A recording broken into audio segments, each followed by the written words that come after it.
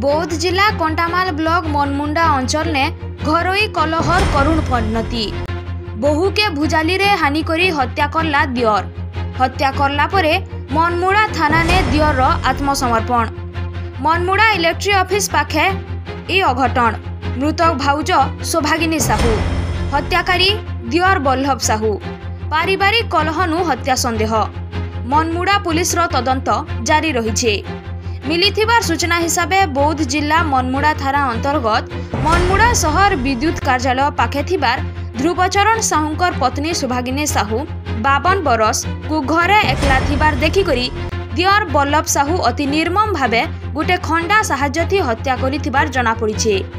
निजे हत्याकारी बल्लभ 55 बरस मनमुंडा थाना ने आत्मसमर्पण करिछे। मृतक सौभागिनी साहू को शव व्यवच्छेद परे परिवार लोक को हस्तांतर करिछे पुलिस। अलगा आड़े अभियुक्त बल्लभ के आज कोर्ट चालान करा जाइथिबार बोली पुलिस सूत्रनु सूचना मिली।